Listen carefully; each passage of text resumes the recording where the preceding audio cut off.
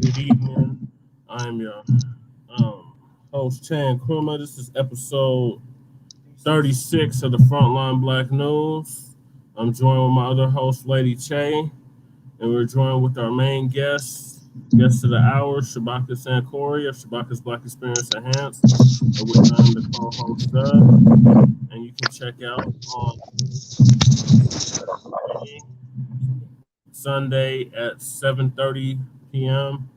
Mountain Standard Time. We're going to be going in on critical race theory, so make sure you tune into that. The number is 516-418-449-96, Yes, and sir. press, That and you'll be added to the queue. yes, sir. Shabaka, introduce yourself. Tell the people who you are. Yes, sir. Yeah. This is Shabaka Sankori. I'm the executive producer of the podcast, Shabaka's Black Experience Enhanced.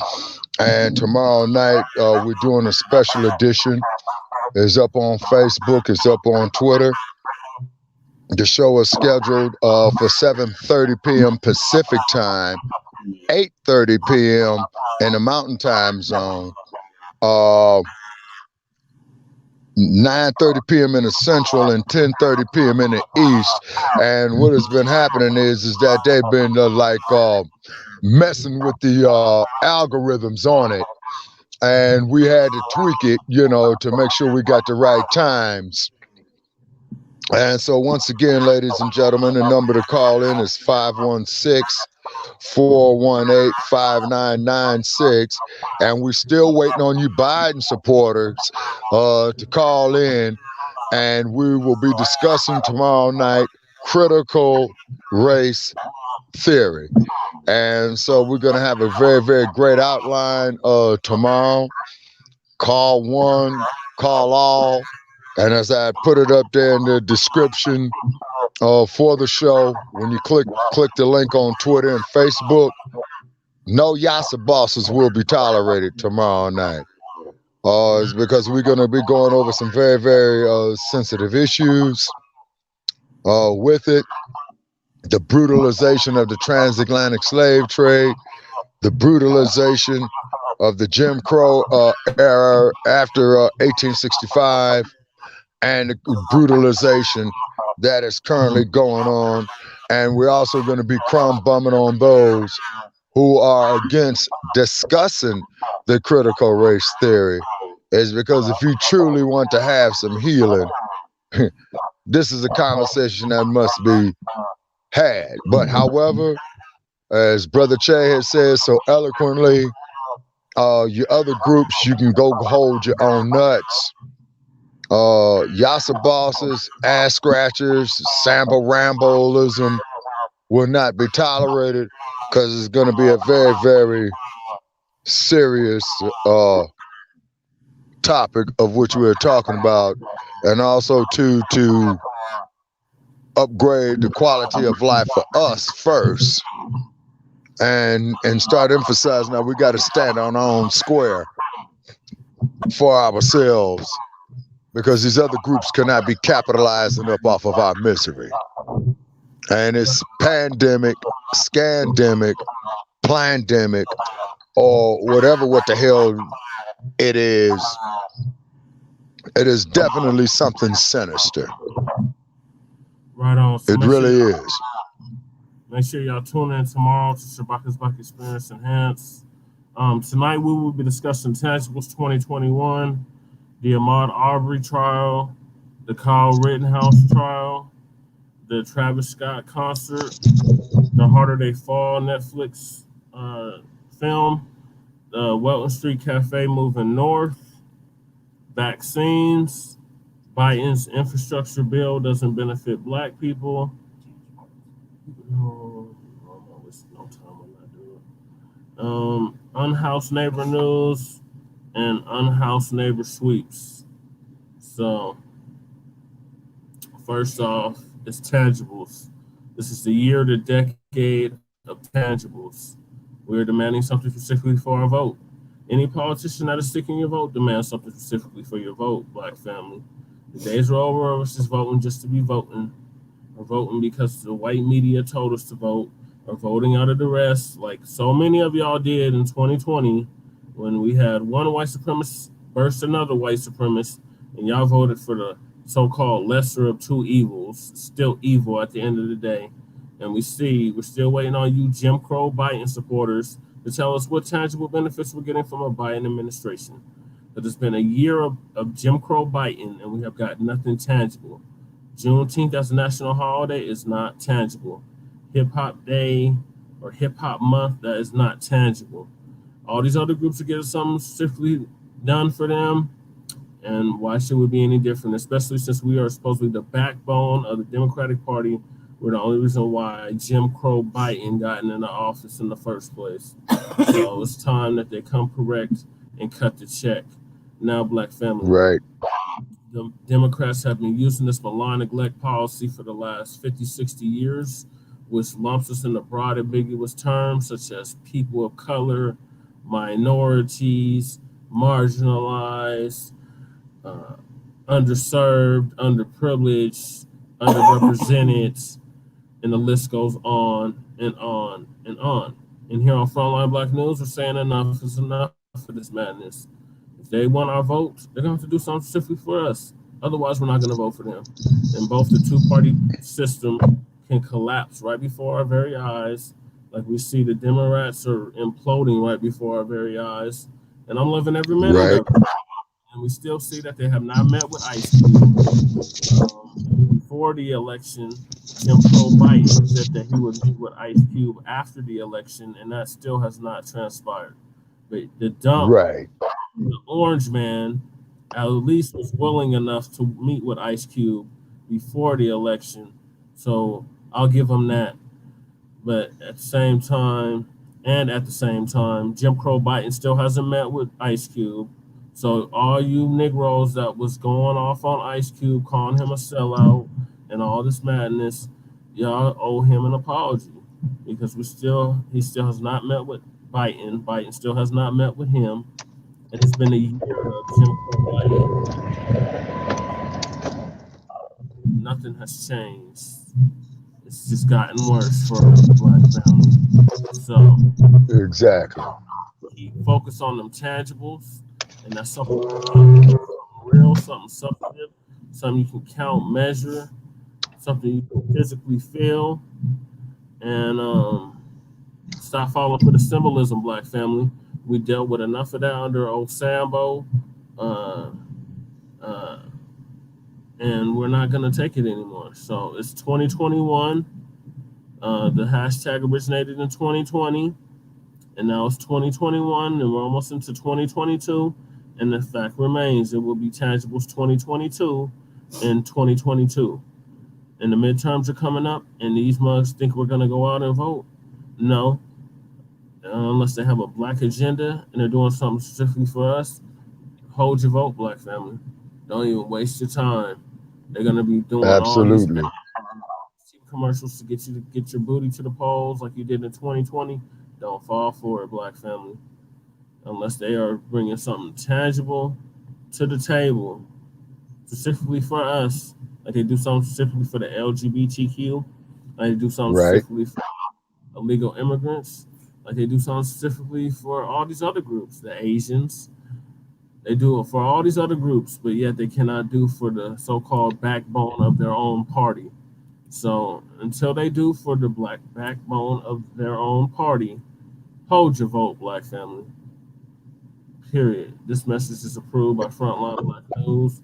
Shabaka's Black Experience Enhanced. Make sure you check out frontlinecampaign.org. And Revolutionary Agenda. We approve of the message. Now, Absolutely. the next subject is the Ahmaud Arbery trial. So, for those that are not aware, there was a brother that was killed last year by the name of Ahmaud Arbery. He was literally chased down by three white supremacists, well, two white supremacists and one filmed it in Georgia and Brunswick, Georgia. And now there is a trial underway. And you have celebrities like Chili of TLC saying ridiculous stuff like race isn't a factor in this. black family Oh my racist God. actor in these proceedings and in these trials. We've seen time and time again that race is a factor. So I don't know why this trial would be any different, Chili. So shame on you, Chili, for saying that madness.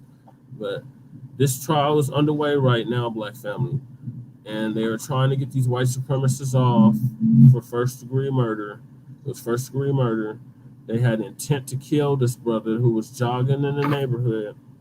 They claimed that he was chasing a vacant property that was still under construction, and they had no right to do what they did.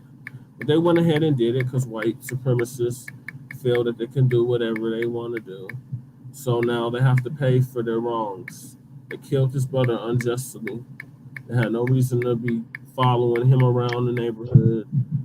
It was just that white vigilanteism that we're seeing with Zimmerman, that we're seeing in another trial with Kyle Rittenhouse, which we'll be getting to next, Right. and so many other cases of the sort over the years. And Absolutely. they're really trying to get this dude off. The attorneys in this case are Lee Merritt and Ben Crump. Now, we've seen in the past that when Ben Crump and Lee Merritt represent a black family, that the black family takes a settlement and goes to singing Kumbaya and Can We All Just Get Along. So Ambulance chasers. ambulance chasers. So Yeah. we're hoping and praying that the family does not get on board with that madness and continues to seek justice for their son.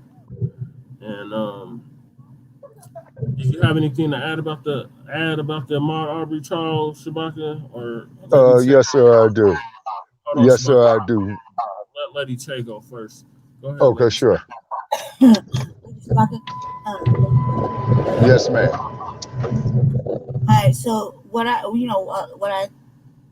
this is my opinion only. Um, when the case first started, they the white supremacists, the gentleman, The McMichaels. the McMichaels, the brother was jogging through his neighborhood, Right. which he always did, and this I've done myself too. I've been patrolling areas, especially when I was younger, and I'd see a house that's under construction, and I just like to scope it out sometimes. Maybe something caught my eye, and I would go investigate it, and I just cruise through the building or whatever. And I believe he was going in there to get like a drink of water or something like that. It was just something crazy, like you just wanted some water. I think it was that. If I remember correctly, in the very beginning, when they arrested the gentleman, you know what I mean? Oh, These yeah. people, McMichael. yeah, the McMichaels have been, following this dude for a couple of days. They've been spying on him, watching him for a couple of days. They had cameras in there and whatnot. He never took nothing out of there. He never did nothing like nefarious, really, in the on that footage a long time ago that I watched. Um, but they managed to hurt him, and they were following him in a truck. You know, there was like two guys in the truck and him and the other guy. Right. So like three white And guys. the neighbor that was filming it. Yeah, right. Yeah. It looked like no matter what you said, no matter what they said, the white men, it was all bad. The way it looked like some rednecks chasing down a brother. That's what it looked like. That's exactly what it was. Which That's it was. exactly what it was. That's what it was. And it was a nice neighborhood, but the man was jogging. He was just jogging. And I mean, I've done this. I've explored little abandoned areas. Sometimes I would be like patrolling an area. Sometimes just and be curious if there's any squatters in there. Squatters are homeless people sometimes, usually. Right. And I myself, when I was younger, was homeless, and I would go into those kind of places and sleep. You know what I mean? Or I was in there doing other nefarious shit. So, but this time, this gentleman wasn't doing anything like that. Probably was, looking for some water legitimately. They had him on camera. He didn't take nothing. He never done nothing. So for them to go out there and to kill him, That was really hard. You know what I mean? That was really difficult. There should be no passes given to these dudes. I don't care how many white tears they cry. How many I don't care about none of that shit. They Right. were trailing that dude. They were trailing that dude. They looked like some motherfucking Confederate ass rednecks hunting down a brother. Period. Oh You know what yeah. I mean? And I've been watching it. I was reminded of why this case had really bothered me. And it bothered me because they immediately started to back talk or backpedal. Let me say backpedal when the police came, and they continue to carry out with that. And they think that just because you're white and you do any of that, then that's gonna give that should give you a pass to go say, oh, they genuinely feel remorse. These motherfuckers didn't feel remorse when they did it. They Exactly, because they knew what the hell they were doing. they It was surely intent. can't feel remorse now. And every time I get to this point in the trial, I'm always wondering why these motherfuckers are constantly sitting in prison still, and ain't nobody really did anything to them or touched them or fucking, why ain't anybody like? I mean, this is just me, but why ain't Was that a anybody really like, PC? um, You're my right. Yeah, because as Brother Che was saying, is they put him in Punk City or protective custody. yeah, And from what I understand, the research that I did on this bastard McMichael, he's a former police officer or had something to do with law enforcement. And now looking at the scenario, they see the brother jogging. Okay, yeah, they go get their shotguns, the McMichael and his raggedy ass son. And yeah, McMichael, your mama, I'm talking about the son, she should have went on and swallowed and spit it before she conceived your raggedy ass. And I had to get that out there. No disrespect, Lady Che. In addition to, with them having their neighbor come along filming this, what it is that they're going to make an example out of them. So, as we all know, on the plantation system, when they wanted to make an example out of a black male, they would bring the whole rest of the slaves around. Rather, if they were beating him on a whipping post, buck breaking him, they say, or making an example out of him, they always made it a point to have an audience. So in this day and age with this warped ass technology, they did it virtually. You see, and I definitely appreciate uh, the new Black Panther Party going down there when they said went down and said, "Hey, well, we're here to see you." And if I'm not mistaken, I think they went up there to their front door before these bastards was arrested. And I think it took it a while for because Brother Che, wasn't they arrested like about 2 or 3 weeks after the incident and went down? Yes. Okay, and then they were up there trying to play George Zimmerman, Paul Blart Mall Cop. You know what I mean? Just like this shit with Kyle Rittenhouse, once again taking a firearm across state lines. Well, I'm going up there to protect private property against looters. So once again, you're playing Paul Blart Mall Cop. One of the Yeah. most stupidest ass, ignorant, dumbest motherfuckers that you could ever see. And this is what this is. And quite naturally, our hearts go out to Mr. Arbery's family. And on Shabaka's Black Experience Enhanced on our special episode, it will be Critical Race Theory. And I want to put it out there. All are welcome to call in, but we're not having no ass scratchers. We're not having no idiots. And Yasa Boston will not be tolerated in the least. This is a very, very serious situation what's going on here. And this current wave of 2021 going into 2022 here across the America is white supremacy Mm-hmm. that never died. It Yep. was just dormant. And we're going to be emphasizing that on our special edition of that. And Mr. Arbery, from what I understand, the gentleman was a athlete in high school. And if he was going to get some water in that time of the year, from what I understand, the great state of Georgia gets very, very humid, just like throughout the whole South. And of course, you need to keep yourself hydrated because you are constantly sweating. And if you are trying to get rid of any impurities in your body or try to flush your system out, running and drinking water and sweating in that environment will do the trick. Now, it took a while for them to issue an arrest warrant for these bastards, number one. And please correct me, Brother Che, if I'm wrong, because I'm going this here from memory. And from what I understand, that Paul Blart was either some type of law enforcement official in one capacity or another. They call themselves, citizen on patrols, George Zimmermanism, Yeah. neo-Nazism, Yeah. keeping the Vigilante. Negro.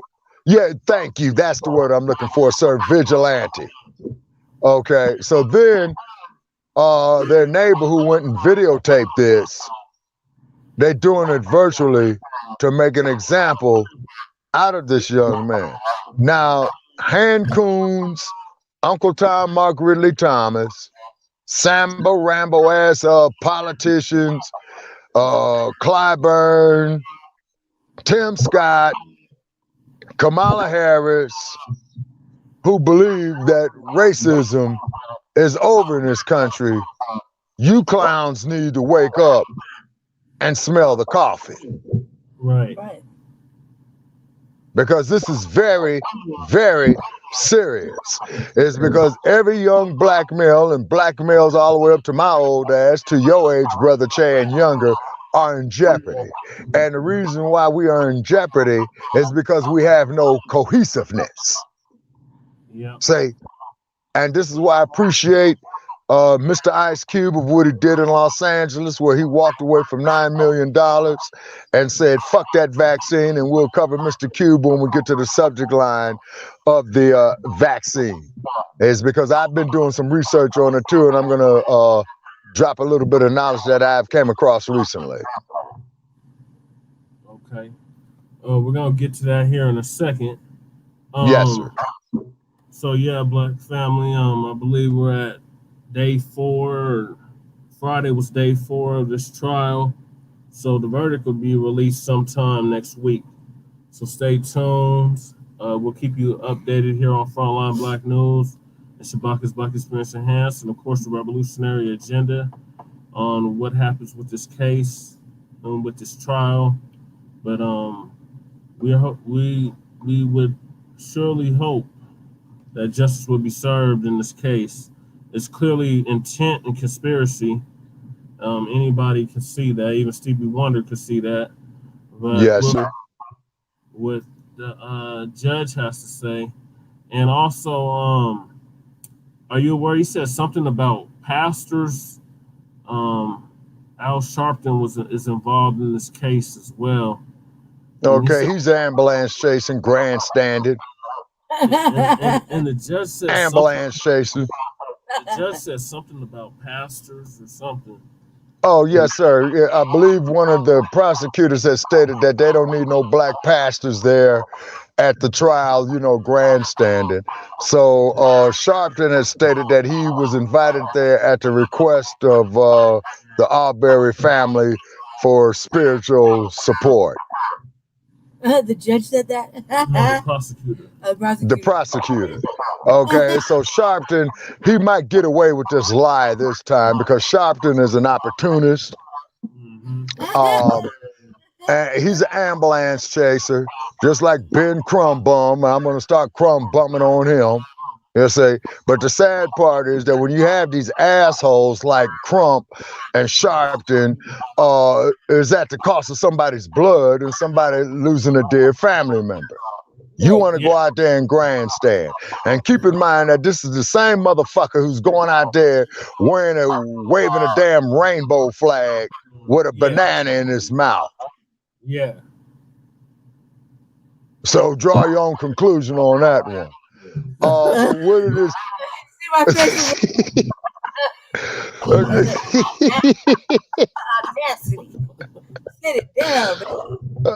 Okay. All righty. So then, keep in mind when you get these, what do I call these sensationalists in the black community, Ben Crump. Yeah. Lee Merritt. Let's see. Yeah. Clyburn.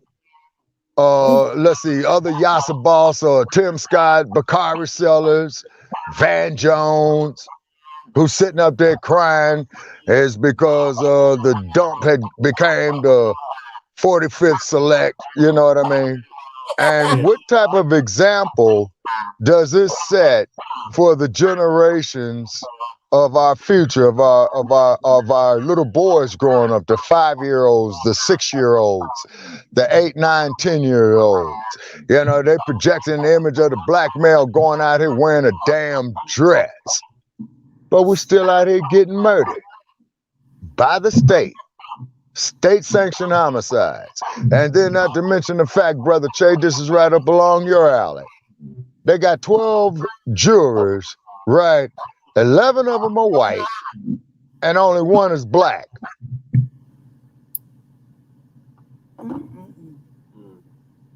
So Yeah. that is, so they are definitely now these three bastards are definitely getting a jury of their peers. Yep. I'm glad you brought that up. Yep.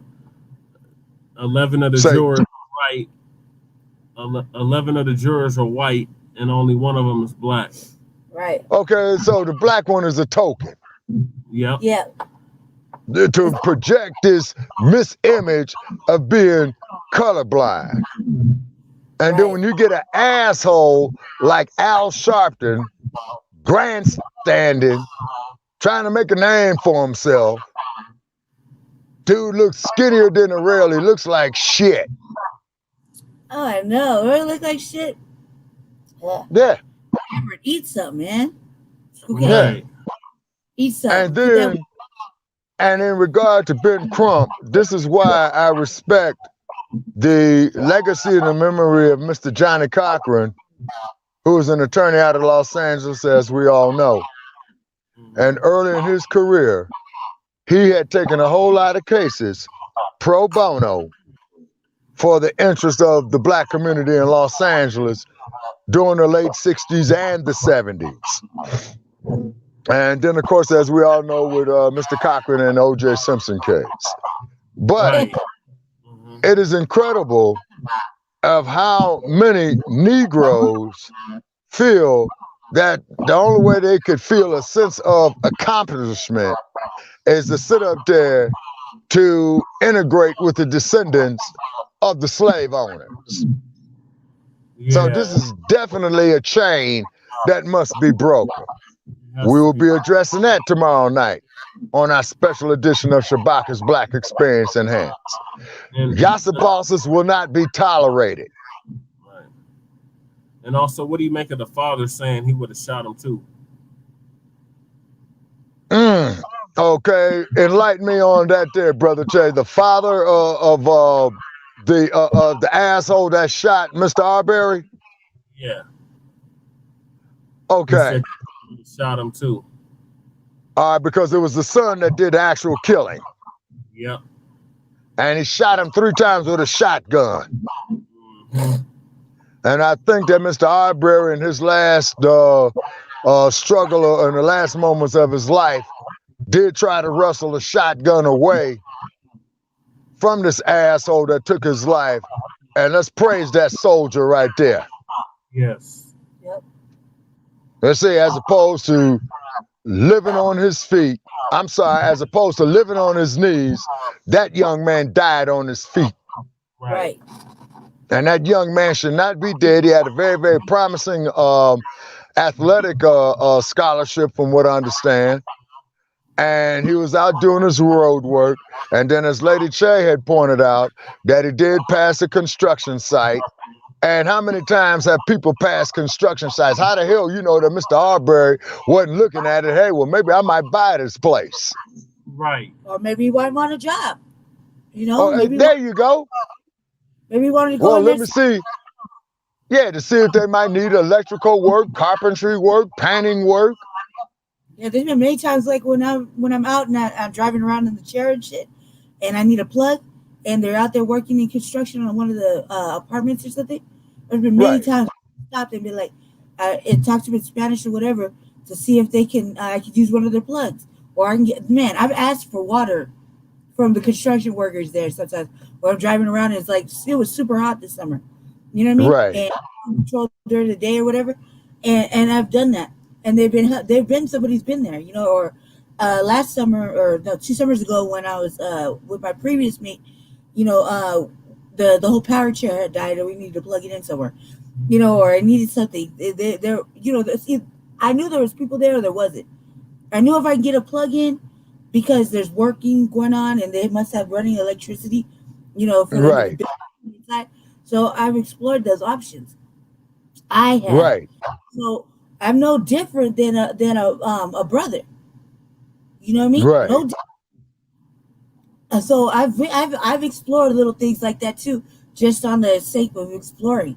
So I don't think that him going in there to either look for some water, explore, check out, see if there's any squatters, whatever his reasoning was, which he had obviously expressed to his family before this had happened, that he'd been there like 1 or 2 times.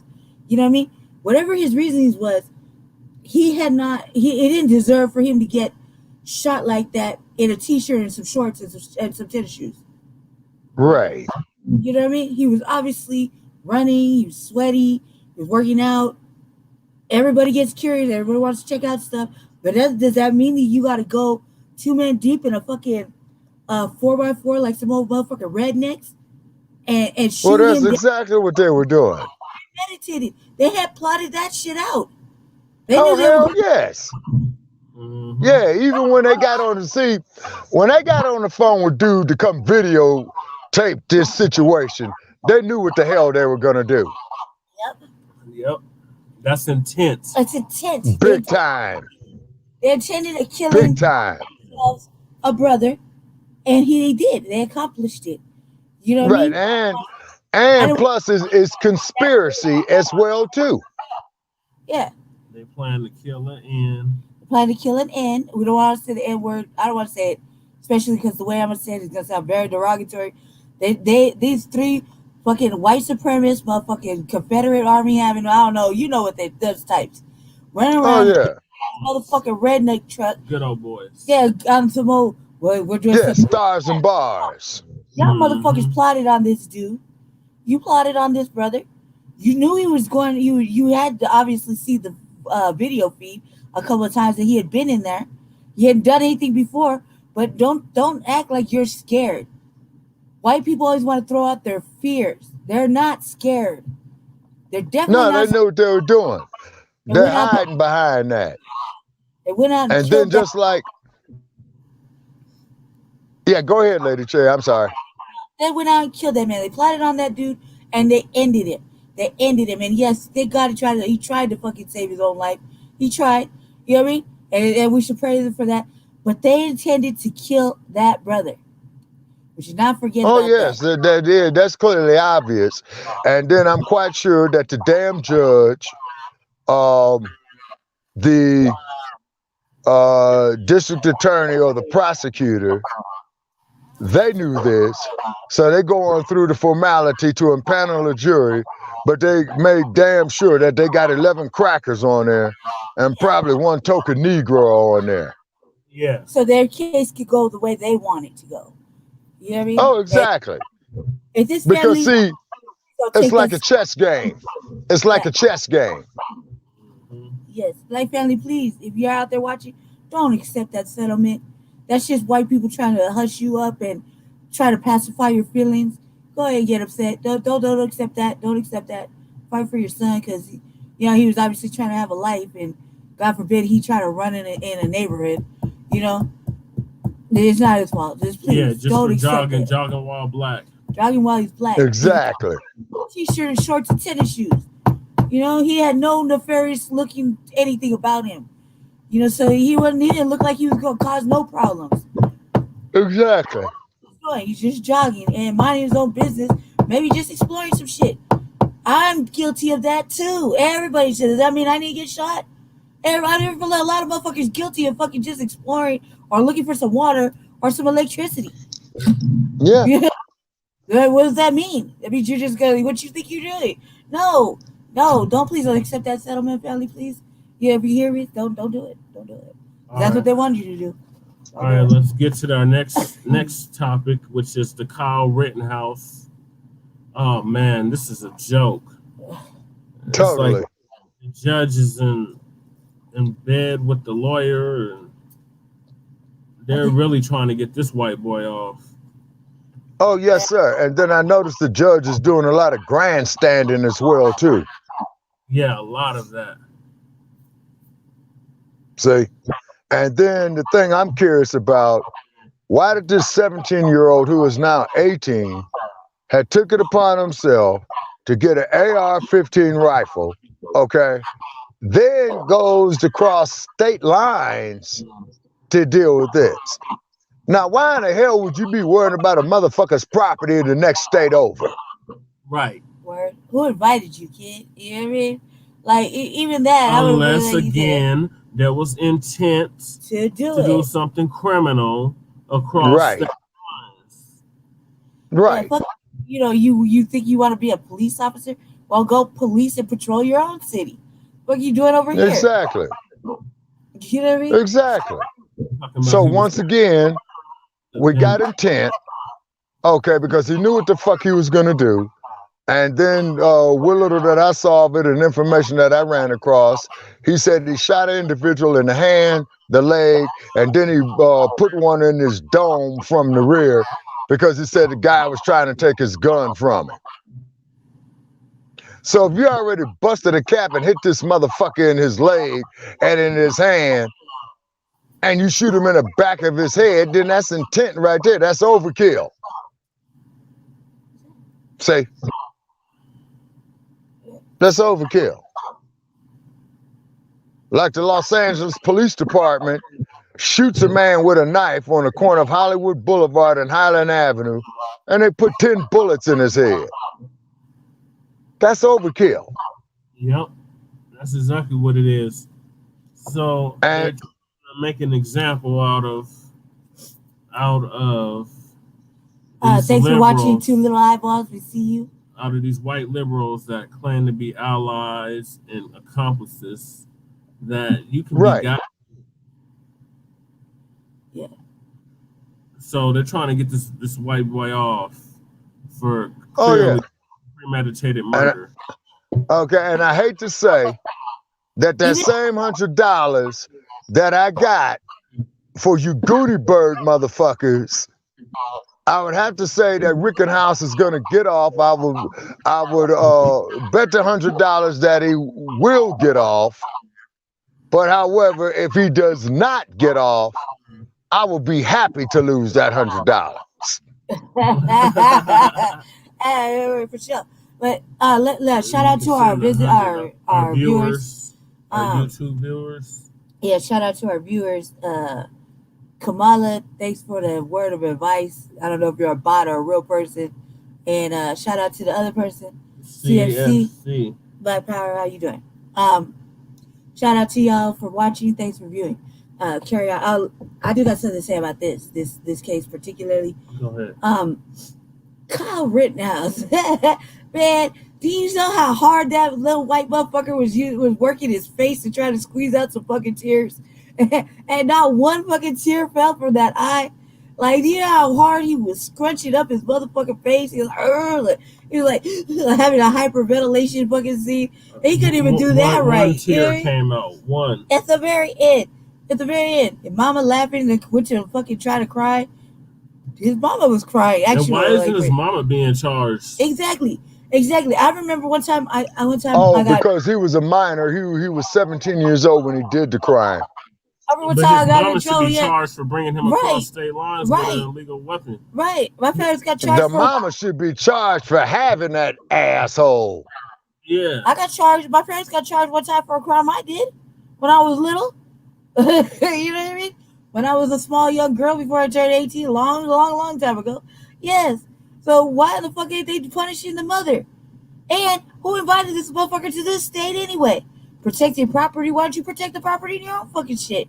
You know what I mean? Precisely. It doesn't add up. It don't add up. You know why he was there. We all know why he was there. Because what he wanted to do is that he was hoping there with his new AR-15 to go get him some target practice on some black folk.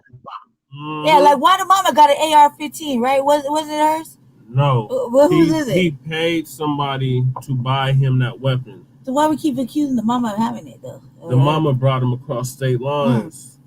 Well, either way, that's a big ass. Now she should be charged too as a co-conspirator. Right. Right. You know what your son's into, man? I like how these parents like to act like, I didn't know my son was going to do that. You know what the fuck kind of kid you have when you fucking have him? Right. You know what I mean? Exactly. Especially white women, your fucking evil ass motherfucking children. You know what the fuck you doing. So his excuse was he was going there to protect the businesses from looters and rioters. Right. Wow.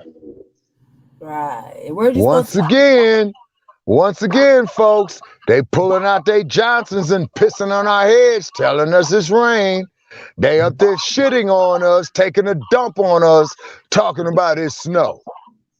We don't worry about the liberals. There's video from months prior to this of him beating up a girl.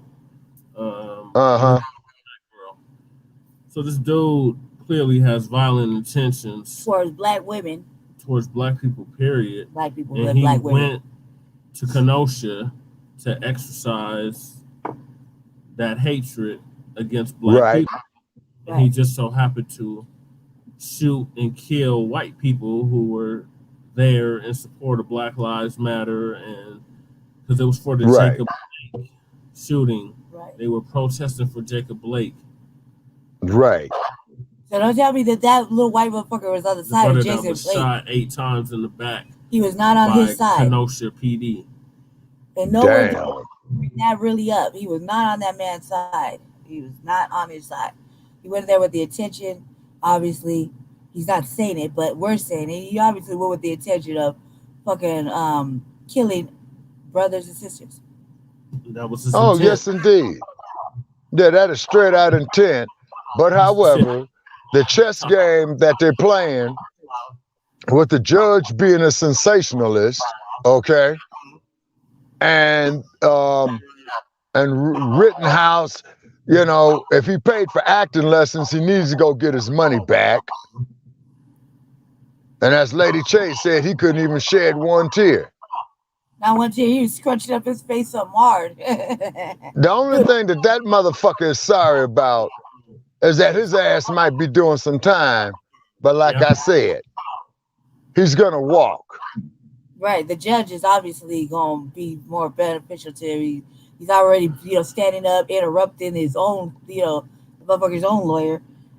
So in response to that, the Wisconsin governor, I can't remember their name off the top of my head, but the governor of Wisconsin has sent the National Guard out. Oh, yeah. That's what they did in the federal trial with Kuhn, Powell, Brasino, and Timothy Wynn in 1993. Because when a party went down in Los Angeles in 1992, commonly referred to as the rebellion, they had gave that case a change of venue of taking it out of the diversity of Los Angeles County and putting it in lily white Ventura County.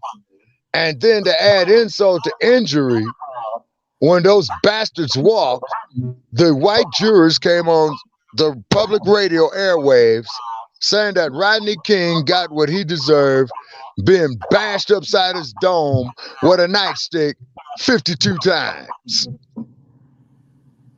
And when you hit somebody 52 times with a nightstick and then have a co-conspirator there with you carrying you out this punishment, that's intent. Yeah, they said they kill him. Yeah. Like his 42 lasted, or he could talk about it. You know what I mean? They said he killed him. And then when they took Rodney King to jail, all fucked up, Lapdogs is going up to him saying, yeah, we played hardball tonight, and guess who lost?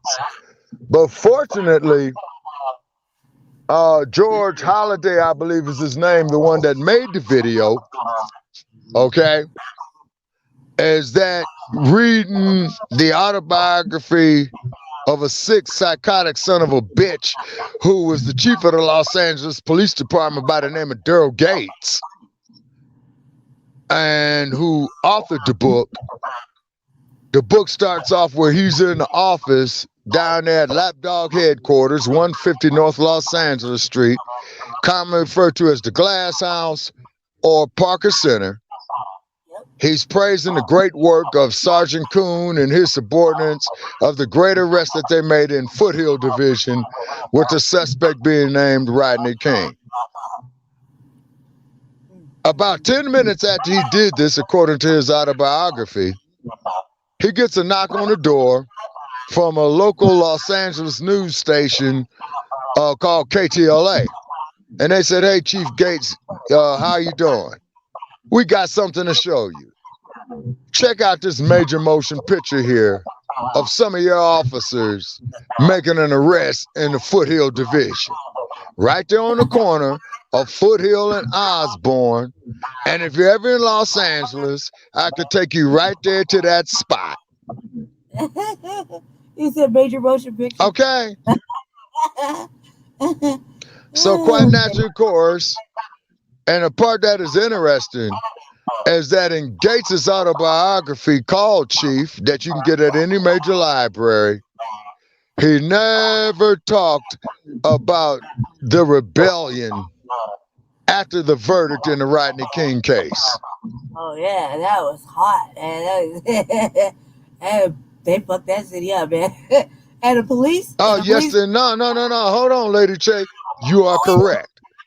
Metropolitan Los Angeles on April 30th, 1992 looked like Beirut. So many mushrooms are going up They had brothers and sisters of the on fires. They had brothers and sisters on roofs with guns. The police were not going in nowhere. Oh, and then keep in mind that the Korean community there were well armed and disciplined. Yeah. And me personally, I'm of the opinion that a lot of those buildings that were burned down in Los Angeles during the rebellion were insurance jobs. Now, we're staying on topic right here because what we're talking about, black families, is a legal and law misconduct at the cost of somebody's life or well-being. Yeah. This is the American ethos when it comes in regards to law enforcement or the judicial process when it comes to people of African descent. So motherfuckers like Ben Crumbum, Al Sharpton, you motherfuckers are ambulance chasers. Yep. You motherfuckers are chasing ambulances. And the sad part is at the cost of somebody's life or well-being, and that is morally wrong. And just like the black-ass mayor who got elected in the city of New York, live feed or a video I saw where the black community is cussing that sack of shit out, calling him a coon, because a lot of them lost their jobs in New York City because they didn't want to take the jab. Right. Yep. Yep. Yep. Yeah, so stay tuned on what happens with this Kyle Rittenhouse trial. They're making examples out of these white liberals who, like I said, claim to be allies and accomplices. And they're basically they're sending dog whistles beyond dog whistles, letting you know. Oh, indeed. Letting them know that if they try to stand up for injustice or for black people, they will be killed. And yeah, they'll become a target. And the killer will get off scot-free. So right. This dog and pony show is going on. They're going to resume the proceedings on Monday. So again, stay tuned. We'll keep you updated here on Frontline Black News on what happens with the Kyle Rittenhouse trial and also what happens with the Ahmaud Arbery trial. Our next topic is the Travis Scott concert. So Travis Scott. Travis Scott had a concert at Astroworld in Houston, Texas on Monday, I believe it was. And yes. Tens hundreds and thousands of people rushed the gates, rushed the stage. There were people that was trampled to death. Little boy still in coma. A little boy is still in a coma. You pretty little black boy. Oh, 9 man. people total that I know of. It might be 10 now, but 9 people that I know of got killed in this stampede for Travis Scott, who really isn't all that. So I don't know why they were his music's major storming the brand. gates and storming the stage behind him, but law enforcement didn't do nothing about it. They were sitting up there taking selfies while all this was going on. And Travis Scott, from what I was told, was basically egging it on, saying, well, make an earthquake. And there were people getting trampled on while all this was going on. So now he's being sued. Multiple lawsuits. Like over 100. And it's in the video of this white girl holding a sign right outside his house. Outside his house saying Travis Scott lives here. And she was adamant. Wow. Travis Scott lives here. You deserve bankruptcy and I don't know what else, right? Yeah. And to answer for your fucking your crimes of and whatnot. And we were laughing about it. I was like, man, he maybe didn't give her enough swiller or he didn't give her the swiller at all. And she was just right there and got under no shame about saying that motherfucker lived right there, right here at this house. You know, Okay. like do that.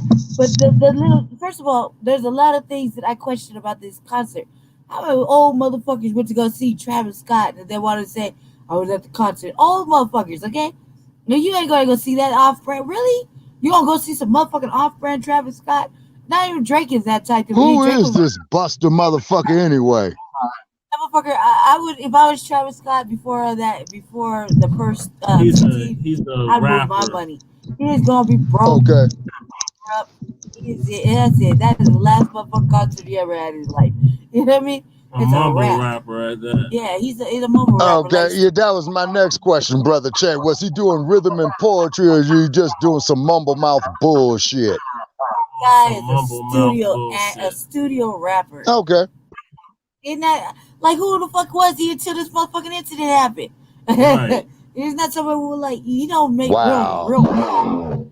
He's an off-brand. He's a motherfucking Kardashian baby daddy. You know what I mean? Future baby daddy. Or whatever the fuck that is. He's smashing one of them. You know what I mean? The youngest one, I think. Yeah, he's smashing the youngest Kardashian. So he's a Kardashian fucking hoe. You know what I mean? Wait a minute. He's hooked up with one of them raggedy ass broads. Yeah. Yes. That right there. Oh man. And Kanye West ain't fucked up enough behind sleeping with some garbage like that. Right. Or one of the basketball players. Remember the Lamar Odom. Yeah, Lamar and fuck the other one. I mean, come on, man. Yeah. Now hold on. Now get into Lamar Odom. Now you know Lamar Odom was over there in Las Vegas at one of them whorehouses and damn near OD'd on some shit.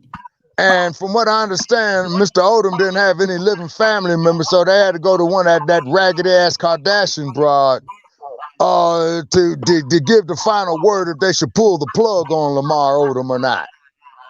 Chloe. No, he didn't die. No, sir. I don't think he died, but he was damn near knocking on death's door. Yeah, probably behind that broad. He's been very emotional. Probably. She just responded to all kind of shit. Yeah, but fuck her. Fuck him, fuck them, fuck all of them. We already know what kind of motherfuckers fuck around with them. Friend. Yeah. Well, with that there, folks, and I said from the bottom of my heart, to the Screen Actors Guild, to the Screen Directors Guild, to all the major studio heads out there in Los Angeles and Hollywood, which is a section of the city of Los Angeles. Once again, from the bottom of our hearts, we sincerely mean this when we tell you, fuck you. Exactly. We approve the message. Mm-hmm. Exactly. Now, some people are saying it's not even his fault that this happened. There's rumors that there was drug use from the attendees. beforehand. People was getting shot up with drugs or whatever before they even stormed the stage. But it's just like ridiculous. Why would you storm a concert for Travis Scott? Like, And when he's Wow. it's I don't seem to forget. That's another thing. Black family don't ever do no weird ass shit before, and so the tragic happens next time. They have footage of everything. So this motherfucker apparently has had incidents where there's been raging and raging. FYI was like a white person thing when he went to rock concerts and they had their raving, little motherfucking circles where they're dancing around real aggressive. raving, Yeah, raving, raging. So right. raving, Oh raving. yeah, and then I did come across some information, brother Che and Lady Che, that they did, have some people who needed an ambulance due to some drug overdoses with this. And when I Yeah, first heard the name Travis Scott, I thought it was a damn hillbilly country and western buck riding motherfucker. yeah. He's one of And then you those. say he's a sample ramble rapper at that with bullshit. Yeah, he want to be a rock star. I mean, there's the other thing. I don't even remember that one hit song this I motherfucker put don't out, either. and I listen to music regularly, religiously. Yeah, but Right. Boy, Hollywood and its bullshit. Boy, I tell you. If anything, now he's gonna be more unspecial because he did all that. Ain't nobody Right. special. Ain't nobody special. And the fact is that the police chief and the fire chief, all of them are not like really. They don't seem to be so upset, and they're mm-mm. they're they're black. Like I said, the police was out there taking selfies. That's what bothers. And if they don't, All right. how the fuck Well, then every last one of them cops, including the birds? police chief, period, that was out there taking selfies, they need to be sued because they wasn't doing a goddamn job on proper crowd control. Right. Mm-hmm. They didn't So they have were the. star chasing. Yep. Mm-hmm. They didn't have Motherfuckers was out there star chasing on this trick. to protect the venue from hmm a crowd surge. Who Yeah. does that? Who doesn't have insurance for the crowd surge? Right. Are we expecting that many people? Right. At Astroworld, Houston. Mm-hmm. Ooh, it's crazy. Mm-mm. So our next topic is Wow. Oh, wait. I want to send out prayers to the little boy who's sitting in a medical induced coma. He's a handsome little black boy. I pray that he comes out of it and everything's intact. But I think he lost his father. You know what I mean? They don't talk much about the little boy, but shouts out to him and prayers and stuff. Because yes. you take your kid to go see a concert like that, you don't expect to fall out and get trampled, and then your innocent little child is trampled too and has to be put in a medical induced coma. So we pray that his little spirit fights it, and he can come out and he's gonna be all right with all Right. his faculties because he didn't deserve any of that. No, he didn't. So we pray for him. We really do. We pray for him to come out of it all intact. There you go. Go ahead. All right. So our next topic is The Harder They Fall, Ooh. the Netflix movie.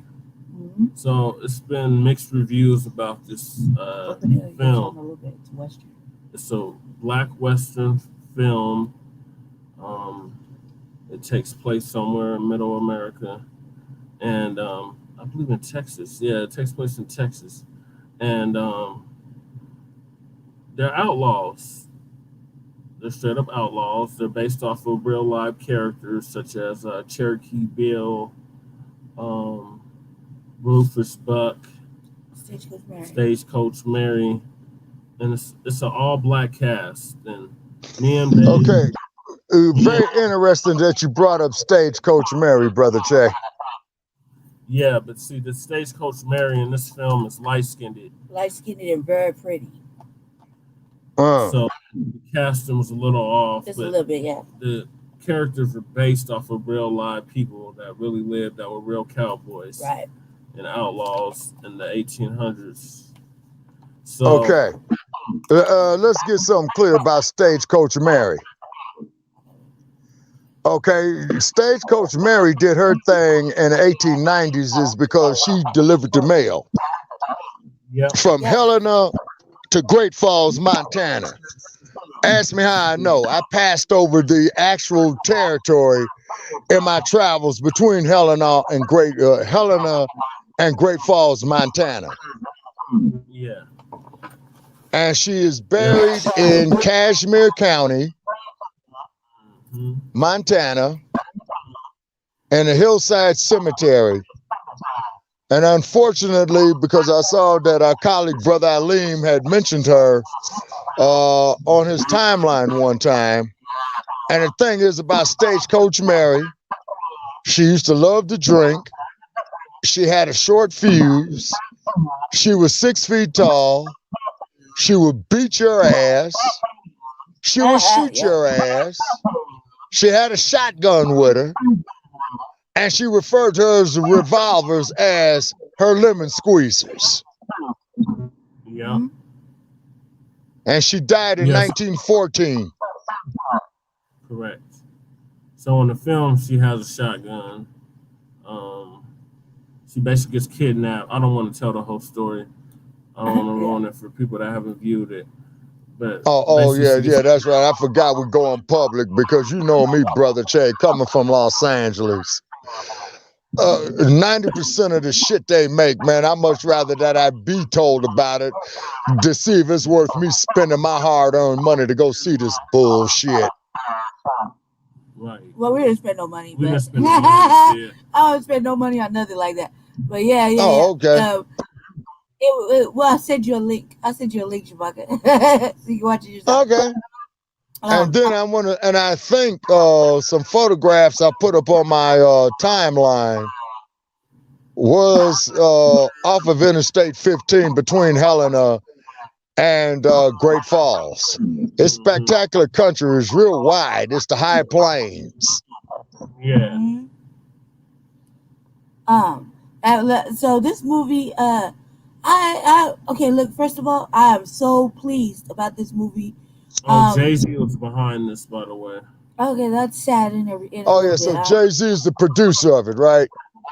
Not a fan of that guy, but Yeah, I believe so. Okay, so which means is that no disrespect to Mr. Z or Beyonce, but it would be very, very nice if Jay-Z would take his money and have the characters portrayed similar as closely as they were.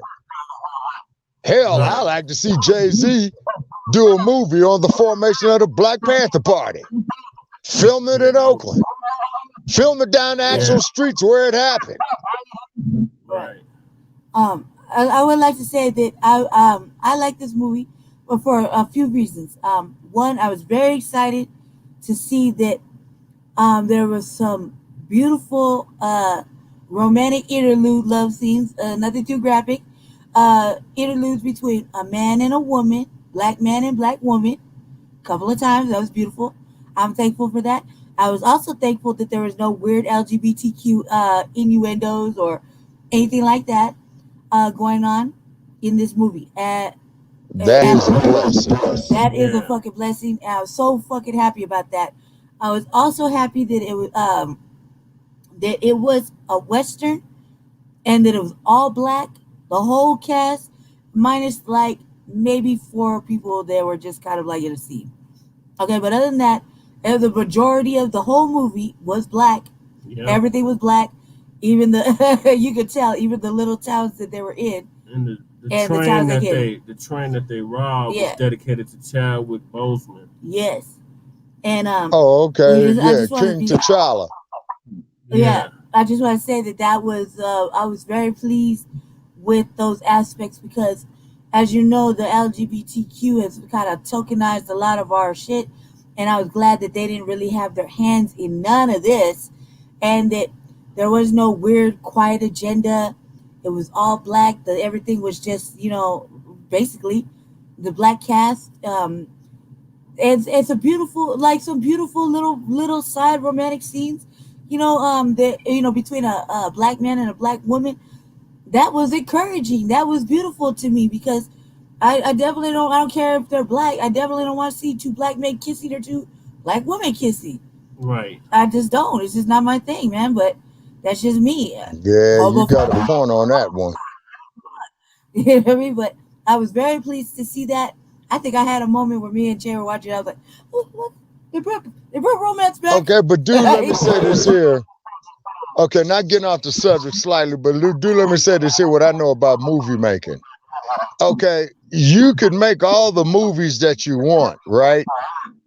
But what happens is you still would have to go to those assholes in Hollywood like Universal, MGM, Paramount, Touchstone, Miramax for the distribution of your film for it to get a worldwide audience and or Netflix.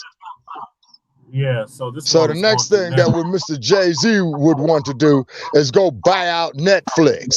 Then that way that will give them more control over the content of how they wish to do the movie. Broke up. Shabaka, you still with Say, us? Okay. So, on that same subject, the brother named Tariq Nasheed is working on creating our own Netflix. Yeah, that's good too. So it'd be Black Flicks or whatever he decides to name it. So we don't have to okay, go. so the distributors of the film will be a black-owned company as well too, or is you gonna have to go up there to Universal or Paramount? He would have to go through a black distributor. Yeah. Okay, well, as far as I know, and please correct me if I'm wrong, there is no major film distribution owned by blacks. Not yet. Not yet. Oh, But okay. Okay, it's a no. Okay, hey, if somebody's out there innovating, man, getting ready to drop some bread to do that, more power to them. it's a new day, Chewbacca. It's a new day. We're starting to see a lot of black change. You know, not Okay, every well, night. that's good. Okay, I will see then, all right, so therefore I can say, since I'm in the twilight of my life, okay, I'm happy to see such a change if it's for the upliftment and the improvement of the quality of life for our people to become economically independent and economically self-sufficient and then go start doing some damn power plays on these motherfuckers.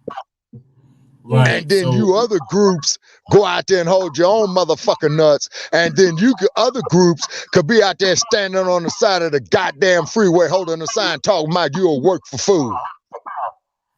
right. So some of the critics are saying that it's a lot of black on black crime in the movie.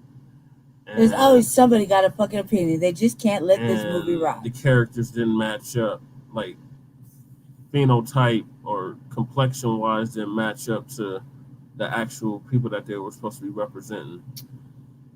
Well, I could understand that to a small point, Brother Che, because supposedly when they make these movies, right, particularly when you're doing historical figures or non-fictional figures, okay, you want to get the character or the actor playing the character close to it as possible. Now, I'm going to tell you one movie that they really did a good job where they casted Will Smith and Jamie Foxx, and that was in Ali.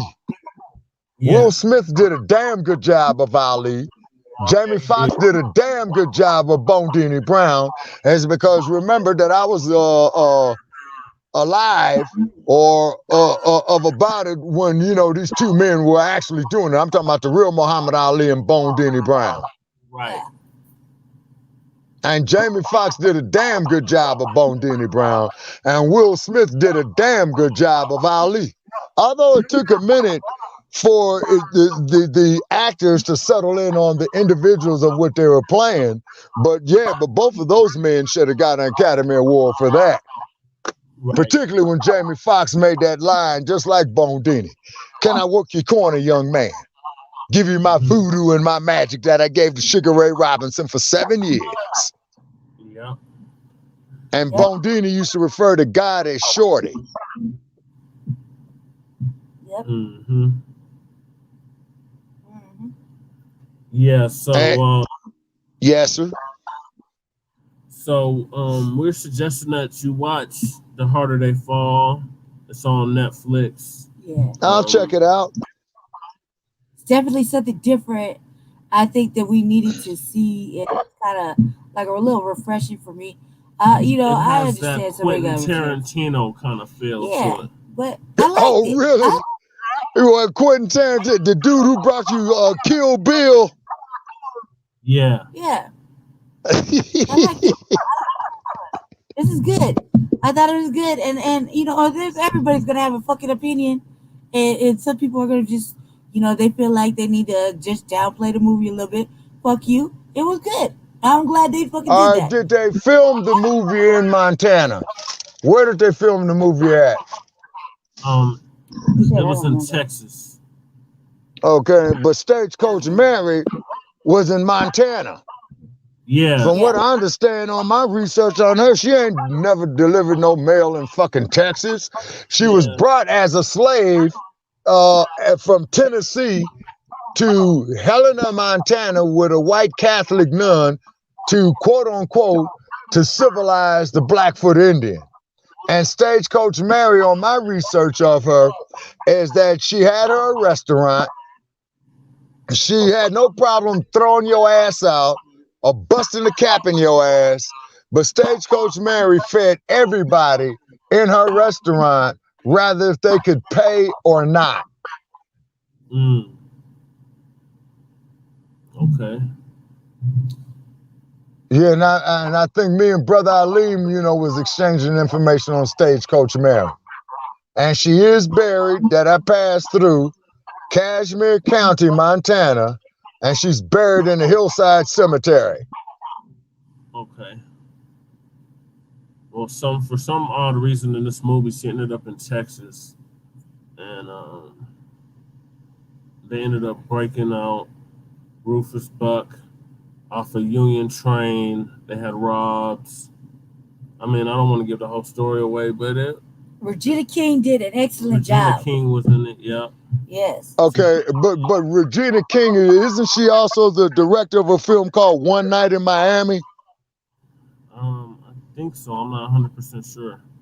Okay, and the One Night in Miami is supposed to be the night that Ali became heavyweight champ in '64 in Miami. We have to further research that, Chewbacca. I'm not sure. We're not sure. No, I'm just going off of memory, what's left of it. Because being from Los Angeles, I pretty much, read stuff like that as the movies are being made, produced, and what have you. But I was never a star chaser. Right.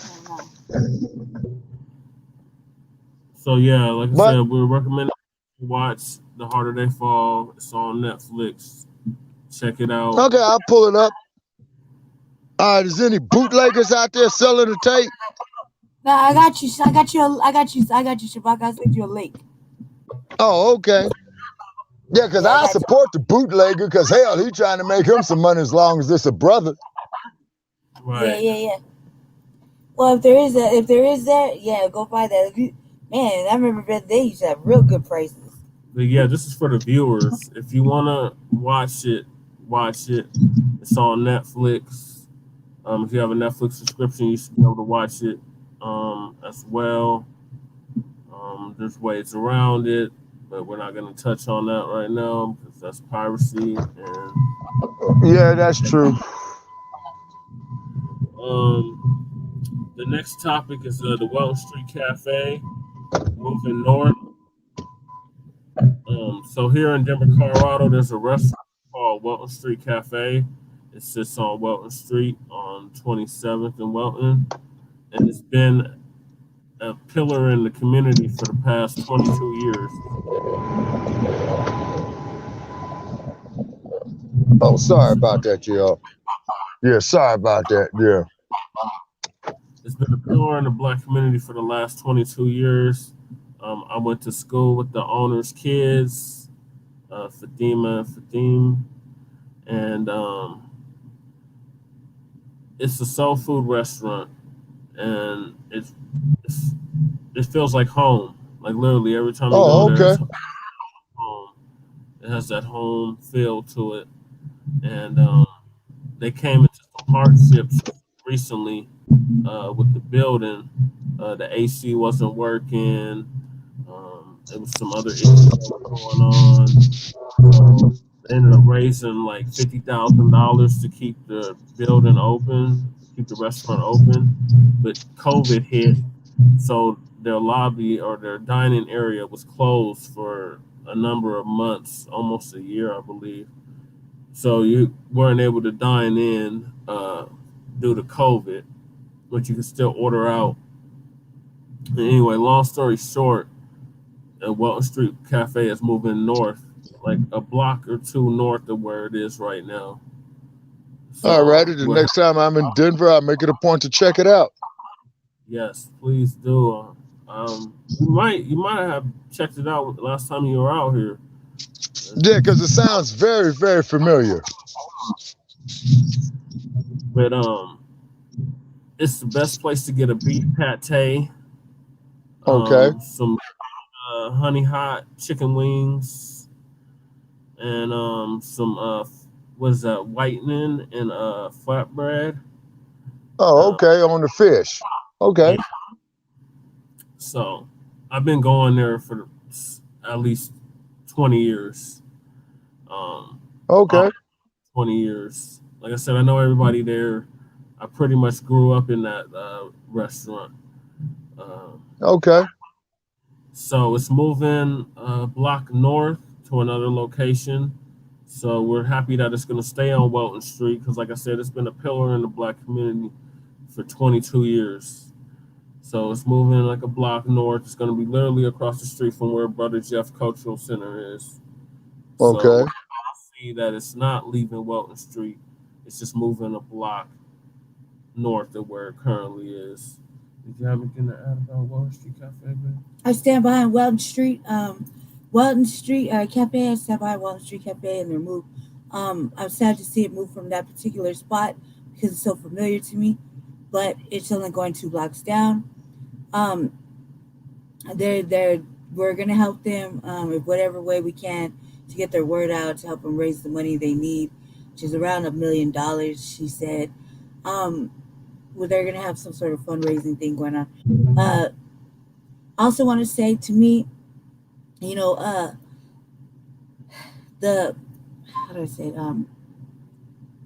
Harlem of the West, Yeah, the Harlem of the the Harlem West. of the West has been gentrified. Funny you should say that It has because been that's what they call West Oakland was Harlem of the West. Mm, yeah, the Harlem of the West, which is a historical 5 points, has been gentrified so damn much that it causes me extreme emotional sadness when I see it. When I go every time I go down Welton, I'm not. This is not even this fact. I fucking cry. So it's gone to white people. It's hardly any. I remember when the streets used to be filled with nothing but black people, and so now it's nothing but white people, and it really upsets me. The other thing is that Welton Street Cafe to me is black comfort, and it is black comfort food. It is black comfort. Period. It is a black family space. Um, and it pains me to see all the struggling that it has had recently. After the pandemic, during the pandemic, and whatnot. I I I feel very deeply about it, and so I feel like whatever we can do as the new black media to assist them in their needs, we will do that for them, for us, for our people. And Um, then also too, not cutting you off, Lady Che, if you feel like it, you can extend the invitation to them to come on our podcast to announce, what they do, how long they've been there, and what have you. yeah, we and him were dialoguing about that just recently. We've been dialoguing about little acts of um, extending extending an opportunity for them to come out and talk about whatever they want and get the word out. Um, these are great people. These are very intelligent, great people, and they deserve all the goodness in the world because they've been doing a lot for the community. Just to know that just for me to say that that is black comfort. I'm probably like the only one that says it, but that is a fact. It is a fucking fact.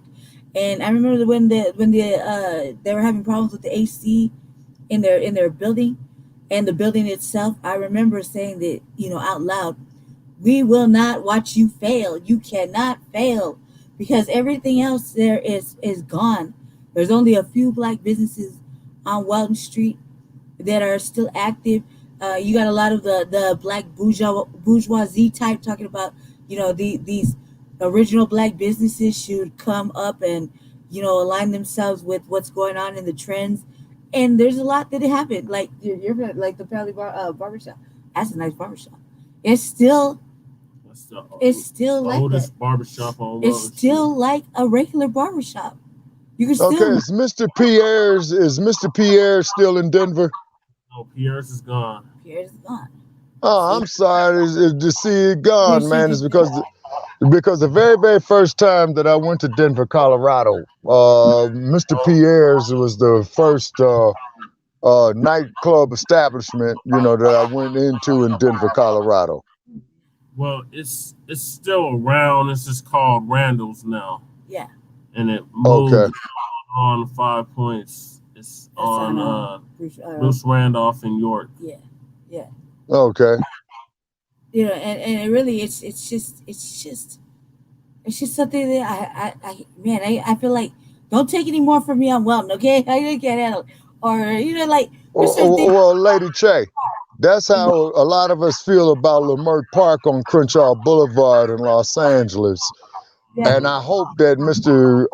Tariq Nasheed is successful of getting that hit in libraries because Leimert Park was the black business hub from the late 1960s all the way up until the 90s. And then they used to have a lot of major black events in Los Angeles in Leimert Park there. I've attended many of them there. Yeah, you talking about the hit?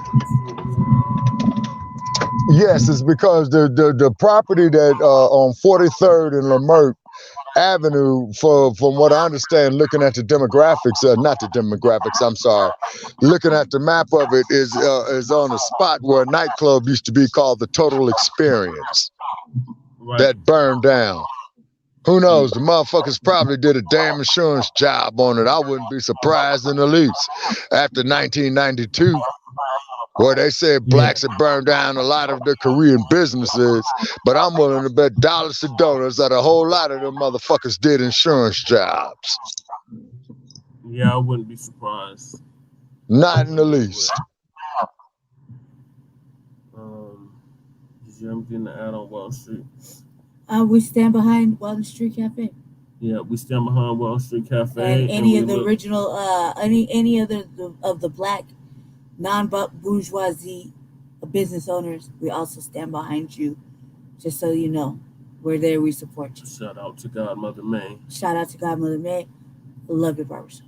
I've been past there, seen it. I'm not a man. I cannot go in there, but I have seen it. I love it. I'm glad you're still there. Stay there. 55 years. And if we can get that 5G thing removed from your building, that would be awesome. Move it down the street to work. Yes. The next topic is the vaccines. Glad you brought it up. The vaccines. Okay, on that, off of research that I've been doing on this pandemic, scandemic, and what have you. The vaccine is nanotechnology. And also, too, Brother Che, I'm happy to report is that the federal court of appeals has put a stay on Biden's mandate that everybody gets vaccinated with companies of employees of 100 or more. Good. So fuck Biden, fuck the vaccine, And fuck all them, Dr. Fauci. right. Damn leprechaun. Exactly. Yeah, that's right. Yeah, funny looking ass motherfucker. Yeah, you tell him to take that vaccine and shove it up his ass. Take a double dose up his ass with it. Him and Biden with that bullshit. Right. And then too, oh yeah, the Congress is exempt from it, but they're trying to push the mandate of the vaccines to take place with major employers, and a lot of major employers and their unions, and the courts upheld their side at the federal level that, yeah, the mandates could be unconstitutional. Now, I'm willing to bet dollars to donuts is that when the U.S. Supreme Courts get back in session, which is October, I believe, I think what they're going to do is that they're going to overrule the appellate courts and enforce this federal mandate of these vaccines. And these vaccines are garbage is because now they're trying to mandate that children 5 to 12 could take it to go back to school.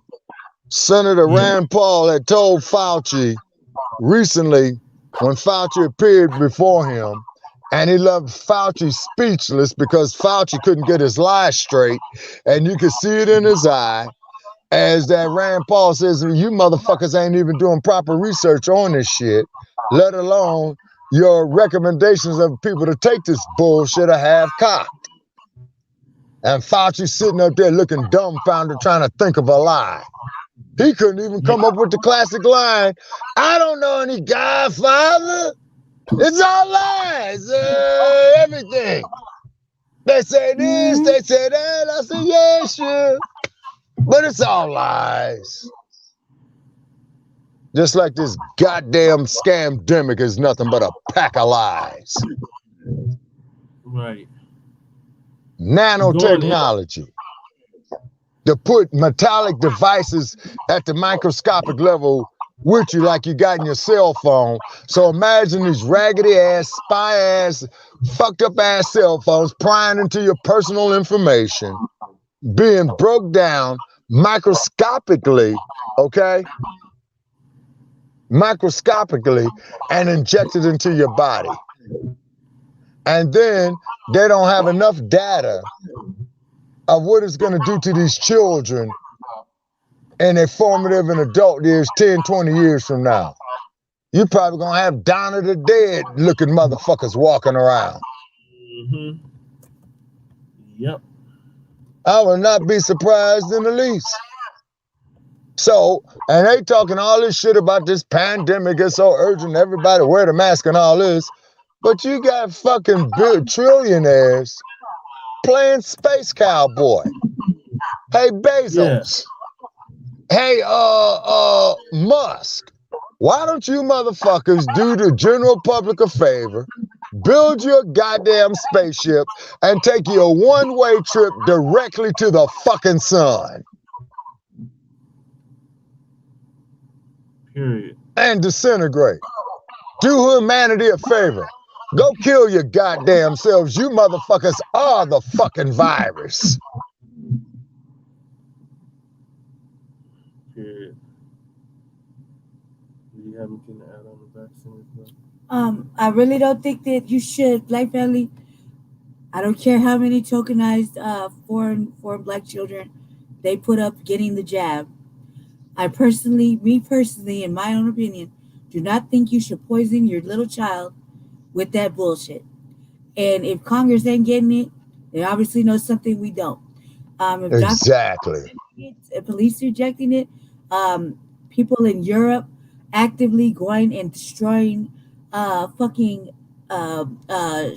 jab sites and whatnot, I really think they are onto something. And I personally believe, Black family, in my own opinion, and Brandy, the opinion of Brandy Marie Majors, please do not give your baby anywhere between fucking, I don't know what, 5 and 11 or 12, the fucking jab. Don't you think they get enough jabs just to go to school? And you either have to more have it reason or for us to homeschool our children. You could do it virtually. You can homeschool them. You ain't gotta fucking poison them and have them be like little sleeper cell children or zombies or whatever fucking SARS shit they're putting in the fucking vaccine that only lasts for 6 fucking months, and you gotta get another shot. Come on now, Black family, please do not poison our children. It is just my opinion that shit is poison. It is a fucking active fucking viral thing sitting in a fucking syringe waiting to be ingested into our fucking bodies that is producing fucking not only sickness but death, blood clots, and I don't know what else. Please do not put your babies through that. Please, I don't give a fuck how many spily little white race soldier little babies they got up there. And I've been waiting to do my part. I'm sure you have, but keep on waiting. Don't please do not do this to our little black babies. Please, please. Exactly, because the babies I can't are speak for our any. future. And that there's one of the other things too, Brother Chet, we're going to be talking about tomorrow night on the critical race theory. Okay. Just All like we right. with the Tuskegee experiment. Mm-hmm. Mhm. Yep. And that went on for 40 years, right? Yes, sir. From 1932 to 1972. Yes, sir. They were giving those people syphilis. They know it. They knew it Intentionally. intentionally. Intentionally. And the sad part Please. about it is that when these men who were injected with the syphilis, when they started having the effects of the syphilis, the medical clinics, the hospitals were told in advance that if any of these people come here trying to get treatment of the syphilis, they were ordered not to treat it. They wanted to see the long-term effects of it. In other words, it was an experiment, and I believe that this is the same thing that's going on with this current bullshit happening now. And no, black family, we should never not fucking keep bringing up the Tuskegee experiments. Okay, never. Indeed. I don't care what people say. Oh, well, you can bring it up Tuskegee. Yeah, goddamn right. Tuskegee is one of many. One of many. Okay, And one of not many. to, and don't forget that raggedy ass stinking hoe, Margaret Sanger with Planned Parenthood. Yeah. Yes. Yes. Oh, okay. I just want to say, Planned Parenthood, real quick. There's a like an abortion clinic right around the corner from Che's residence, and I was on patrol this afternoon, going to the Walmart, and I was just patrolling the local homeless area, like I always do when I'm over here, and I know I noticed some major dedication going on. There was 6 or 7 Catholic women. What say Catholic women? Because the gate is open, so if you need to go in and handle up whatever situation you got going on, you go in there and handle up. There was 6 or 7, I say 7 white Catholic women outside on their knees on concrete with rosaries in their hands, praying at the gates of Planned Parenthood today. I was like, should I capture this on camera? No, just keep it pushing. You know what I mean? But I saw it and I was like, that is mad dedication on a Saturday afternoon to go over there and just on the concrete, just you praying for this. What are you praying for? Obviously, souls. And it's the same Planned Parenthood that has Black Lives Matter in their window. Right, which we now know is a fucking joke as far as the organizations are concerned. You know what I mean? Oh, And absolutely. that And message. then not to mention the fact that one of the quote-unquote founders of the organization just went and bought a mansion that worth at $1.6 million down there in Topanga Canyon. I understand that people have certain views on life and how life is, a beautiful thing and whatnot. Or I also know that some things have to be handled because of rape, incestuous molestation issues, rape, a whole bunch of other factors for a woman to make her own choice on what kind of life she may be bringing into the world. I mean, you can. Some things are necessary. Like for example, I'll give you a prime example of this. This is my opinion only. If you know your child is going to have a severe illness or defect that you cannot get help for, or that you cannot take care of yourself, and that you know that that child will suffer, it'll live in extreme pain, and you know this while it's in the womb, and you make those kind of decisions, it's for the best of that child in its future. So for the best thing of you, your family, you've discussed it with yourself and your deities. Uh, Handle up, man. If it's a case of fucking incest, handle up. I don't really see a problem with you making your choices as a woman. Nobody can tell you how to fucking make your choice. Some things are really left to that woman, her God, her family, her choice. So I find it kind of disrespectful, but I don't mean to say, but find it disrespectful that these people come out and protest their views right then and there. I also find it disrespectful that it's in this neighborhood, because it causes a lot of thought and a lot of um, different frustrations from all ends. You know what I mean? And the reality is that these clinics were meant to help us women. They were meant to provide our needs to be met in an affordable way. I mean, I myself, when I was in I was bearing children, I went there. They helped me. They assisted me with all my needs to adequately produce three children in this world. Long time ago, I also helped me when I had certain situations that I don't care to talk about right now. They also helped me get through that. So I find it conflicting too. I just know that that was not something I wanted to see cruising on a Saturday. They have sometimes I cruise around this area sometimes, and they'll have the gates open, but they'll have people out there actively on their knees praying, or little stuffed animals and things like that, that they're trying to the protesters are out there, trying to rally people to help support their causes. Yeah, you know what I mean? I can't understand sometimes uh, their mindset. However, I do understand how much life is important, and then there's things that need to be assessed and handled. They're very serious. I mean, look, I'm a person that can speak from it because I came in this world defected. You know what I'm saying? But here I am. They could have made another choice. It would have probably considered myself a lot better off, because I lived a whole life of fucking pain and trauma from it. However, upon having my own children, I asked those same questions that I felt maybe should have been asked for me. You know what I mean? Is my child going to have this, or this? Is my child going to be okay? Is my child going to have its full brain intact? Is my child going to be born correctly? You know what I mean? Because some things just happen. You just never know. Upon bringing your family into the world, you kind of want to make sure they're straight.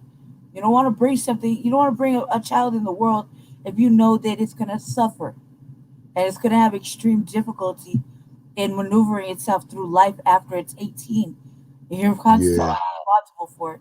There's a lot of things that go on with family planning, and not everybody's ratchet and just want to have babies all the time. Some people actually want to have babies, and they can't, and so they go there so they can. So it's not all bad. There's some things that are just looked upon and might be frowned upon. Everybody has a motherfucking opinion, but that was just something I was like, that's a mad dedication. It's Saturday afternoon.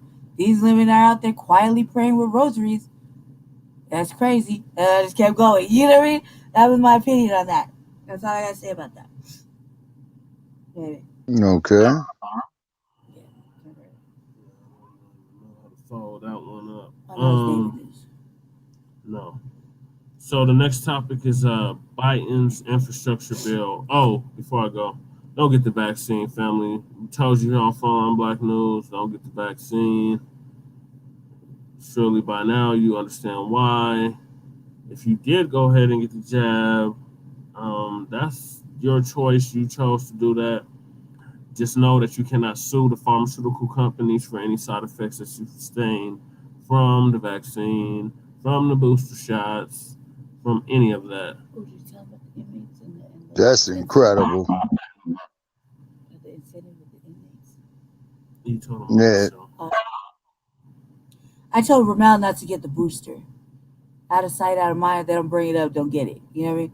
Because it's that time, and he was quite emotional distress. I'm sorry, quite emotional distress over this vaccine, and our brother, the political prisoner, he was forced to, and he's just in a uproar about it because it's not okay. It's not fair that they'll one day have to be placed in that position yet again to get the vaccine. Yeah. So Right. our next topic is the Biden infrastructure bill doesn't benefit Black people. So Not in Biden the least. is in the process of passing this infrastructure bill of some several trillions of dollars, and the Black bootlicks, the Democratic shills, are toting it as some kind of accomplishment or achievement for Black people, saying that Black people are going to benefit from the infrastructure bill. Couldn't be any further. So once again, they pulling out their Johnsons, pissing on us, telling us it's rain. Exactly. So there's a main article that's floating around that says Black America to receive billions from Biden's Build Better plan, the hard numbers. So when you actually read this article, Black family, you start seeing the trick bag language, such as people of color, um, minorities, and so on. And it's only supposed to be for Black farmers. Now, on the surface, it seems like a good idea, but when you actually read the details of it, it goes back into that broad, ambiguous language of people of color. So it's going to benefit everybody but us once again. And to So, prove your point even further, Brother Che, Dr. Newton had got hit with a case in Alameda County, and he had brought up in the courts, which was proven, that any statute that is so ambiguous that it is not understood by the common man or cannot be understood by the common person is not a statute. So that's probably why they got that bullshit in there, just for that. yeah. But these heads like Roland Martin and Joy Reid, and I wouldn't be surprised if Don Lemonade is toting this around, saying, "Oh, this is going to be such a benefit for Black people." No, Don Lemonade. it's not going to benefit this Black family. It's just not. That's right. I like to call him Don Lemonhead, like the little candies that we see when we're little. Lemonheads. I like to call him that. Don Lemon. He's a mess.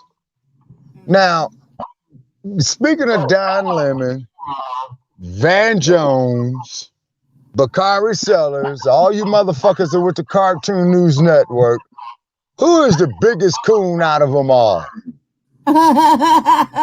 Roly Poly Martin. Roly Poly Martin. All right, who is the biggest coon out of these four tricks? Breaking up, Shabaka. That's the algorithms working against us. Oh yeah, can you hear me now? Yes.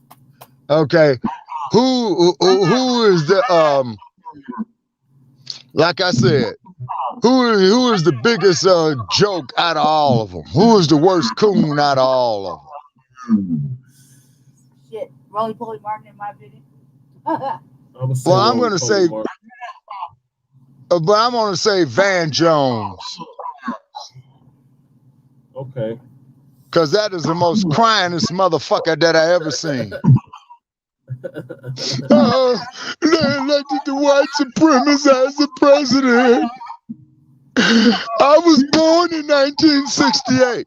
Motherfucker, I was alive in 1968 and saw what was going on. Right. Yeah, so this infrastructure bill, Garbage, Black family. Okay. Go cut the check for reparations. Yeah, exactly, Brother Che. That's all what they need to do. And I mean, what they need to do is wake that motherfucker up at the Treasury Department right now and tell that son of a bitch to search all the jail records birth certificate records, and every black motherfucker, cash app them, they can start that tomorrow. Mm-hmm. They can Yeah, start it tomorrow. and then they're supposed to be giving money to the HBCUs, very Another small amount joke. compared to what Harvard, what Harvard and Stanford and Princeton and all the elite colleges and universities get. Um, it's a drop in the bucket compared to what is needed, Black family. So please Indeed. don't talking about that this is going to be some kind of benefit for Black people and that um, Biden is actually doing something for us with this infrastructure bill. No, this is benefiting everybody but us. Again. If you actually read the details, you'll see that. So the article, like I said, is called it's by DeGrio, and it says once again the hard facts. And like I said, when you read into it, you'll see the hard numbers doesn't benefit us specifically, Black family. It's minorities and people of color and all that other broad, ambiguous language. Right. So you Biden supporters don't go around talking about Biden is actually doing something for us with this infrastructure bill because he's not. Do you have anything? Exactly. Nope. He's It's up here trash. lullabying these clowns to sleep. It's trash. I don't even want to read it anymore. The first couple of paragraphs really upset me, so I'm good. All right, then might as well use it for shit paper. Exactly. Doormat. And Cat try again. box. Yeah, tell Biden to try again. Doghouse. They're claiming it's supposed to be for Black farmers and clean water for Black communities and Right. Oh, crime like Flint, prevention. Michigan. We Yeah, support the black farmers and all that, but this is just bullshit. This is just another thing that's like symbolism that they probably won't even really give the black farmers anyway. They're just probably talking. These are like talking points, there's like nothing specifically for fake Black promises. farmers. There's nothing specifically for Not Black at all. communities. Not at all. And then they're Right. talking about crime prevention. You know what that means? More police, More gentrification. And They want more prisons. more police, and more genocide. prisons, more jails, Yeah. better housing. Better housing would be nice, but it's not going to be specifically for Black people. It sounds good. It's for Right. minority people of color. Yeah, sounds good. Keep trying. Well, I reject like it. Dr. Newton said, when it is so ambiguous and cannot be understood by the common person, it is not a statute. And that's probably why they got that shit wrote like that. Yeah. Yep. And then it'll go Yeah. to the Supreme Court. They'll drag their feet on it. Then they'll say it's too ambiguous. You got to rewrite it. And the same pacification, lies, deceit, and bullshit starts all over again. So Bakari Sellers and Van Jones and Roly Poly Martin, you motherfuckers might as well start crying right now. Again. Again. Who turned it?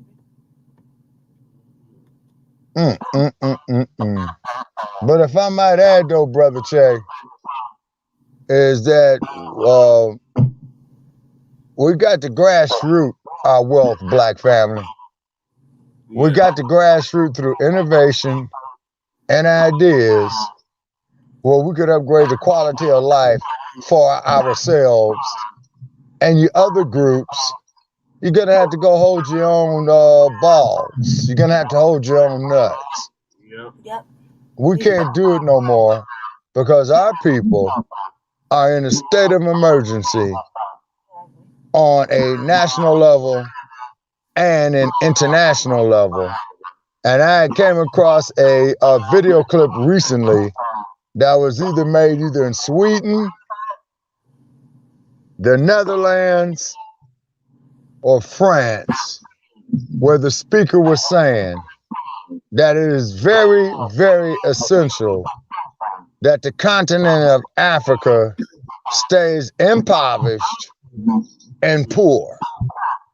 And I want to give a special shout out to Julius Malema of the Economical Freedom Fighters, who used the analogy that if you steal my car and I go back and take it from you, that is not a theft. Right. Because I'm taking what's mine back. Right. So all these sample-ass, Rambo, neo-colonialism motherfuckers, let's say the international coons, you motherfuckers think that it is progress for you to still be on the puppet strings of the colonizers of the nations in Africa.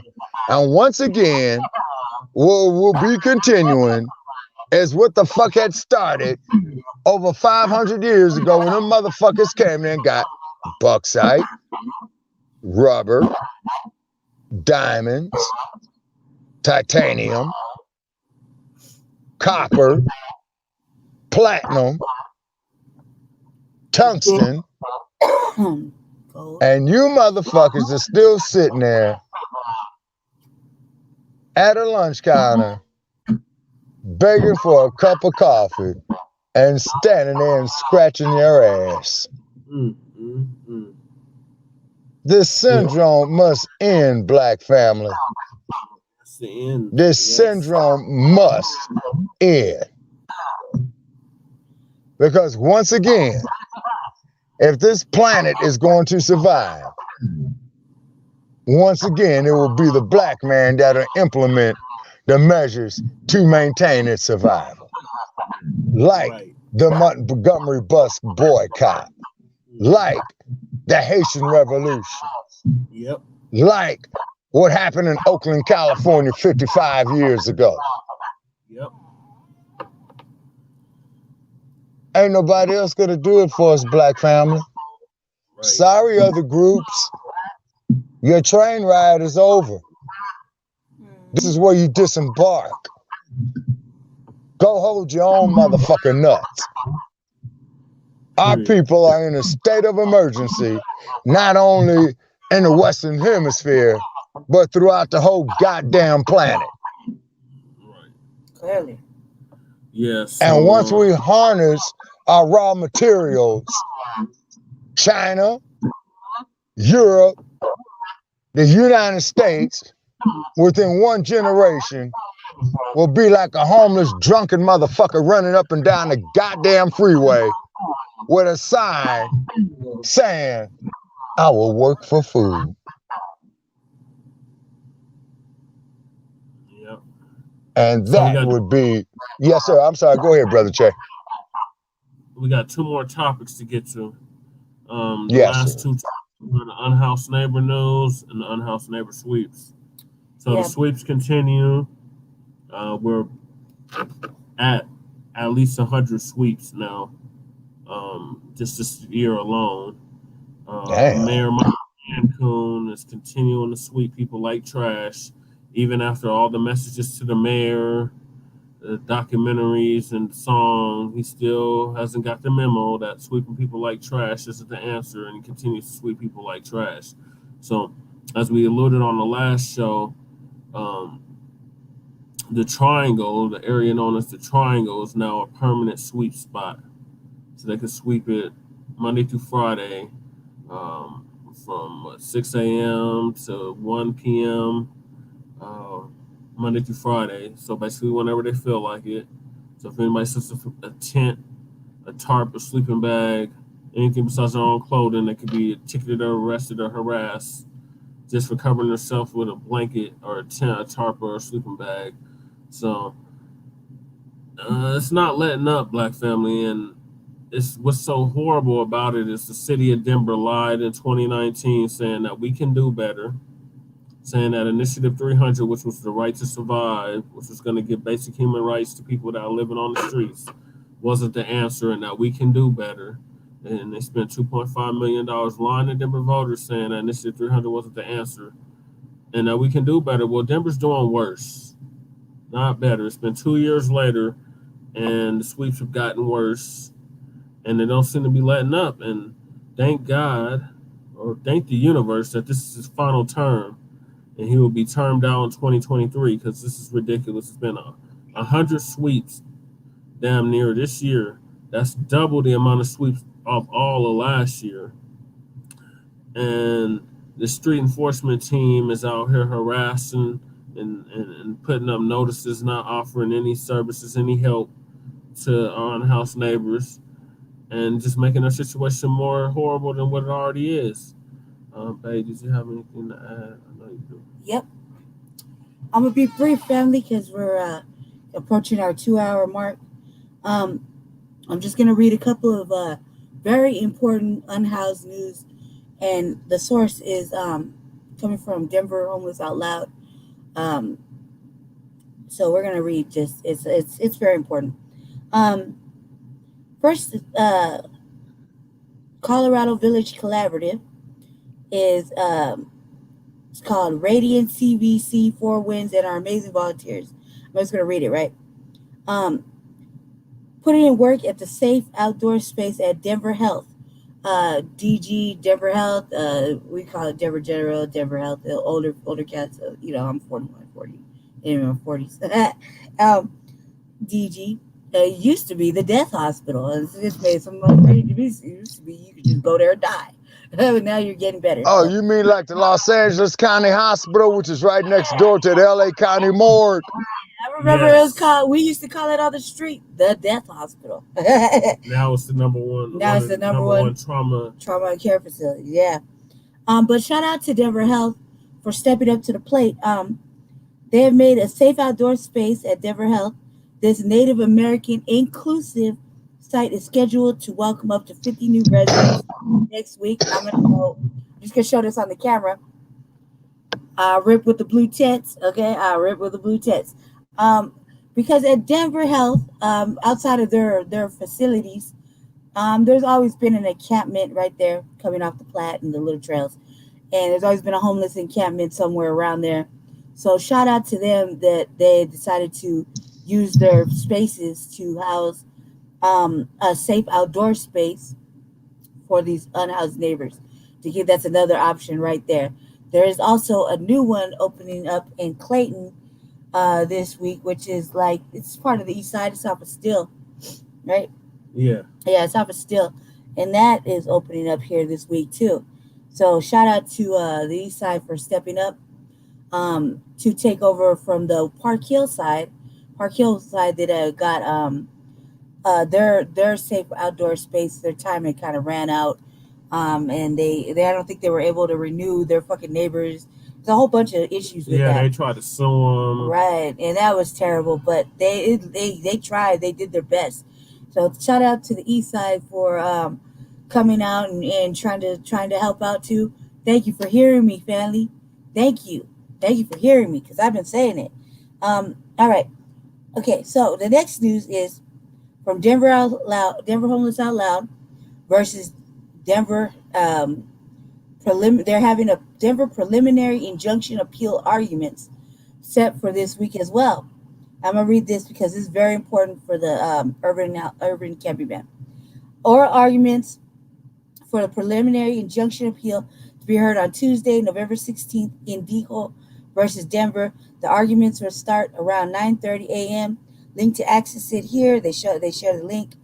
Last January, Judge Martinez issued a preliminary injunction against the city of Denver in which they were ordered to provide to all residents of affected homeless encampments not less than 7 days advance written notice prior to initiating a large-scale encumbrance cleanup performed by DOTI or DDPHE or a temporary area restriction of such encampments. The notice must comply with the Lyle Settlement Agreement. The Denver defendants shall also provide additional advance notice of such sweeps by the way of electronic mail sent to plaintiffs' counsel as well as to the Denver City Council members representing the Denver City Council district in which the encampment sweep subject to the preliminary injunction is expected to take place. The city of Denver appealed this ruling. Arguments for and against the appeal will be heard by Judge McHugh, Murphy, and Rossman. We are excited to get a good ruling that will applied to all of the state in the 10th circuit. Okay. And this is really a serious thing. So whatever we can do to help that process, because I remember me and Chase and Denver Homeless Out Loud, when this shit was going on.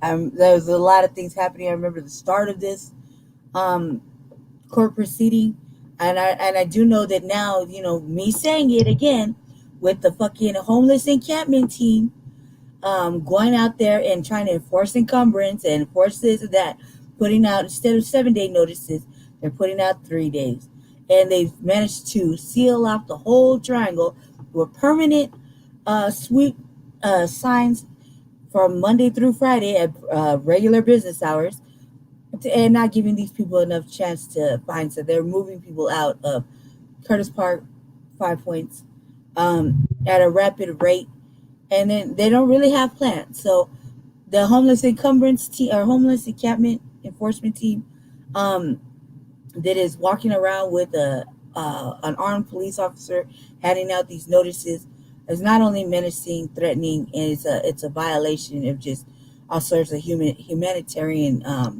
rights. They have no information.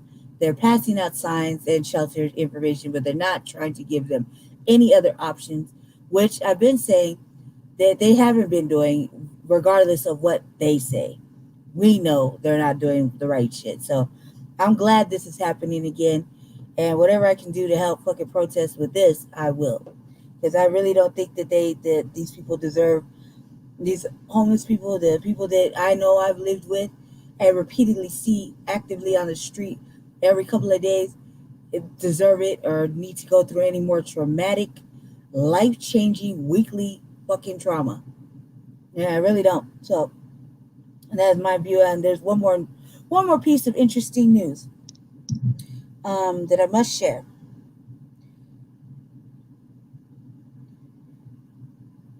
Okay, so let me see.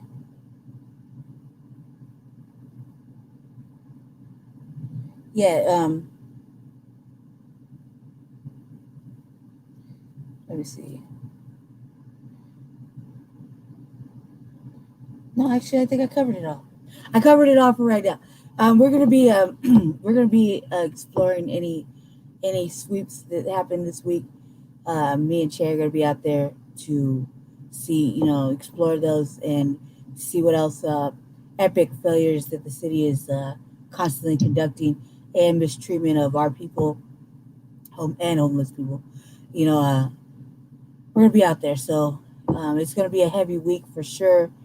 And if Shay's busy, I'm gonna be out there. But it's gonna be a heavy, heavy, heavy week coming up because of the court case and the new SOS sites that are opening up. I'm really happy about the Native inclusive site, because when they really held it down, when the Four Winds, when they came to sweep the Four Winds outside of the church that they were held up around, the church that gave them permission to be there for Native Americans that were experiencing unhoused issues.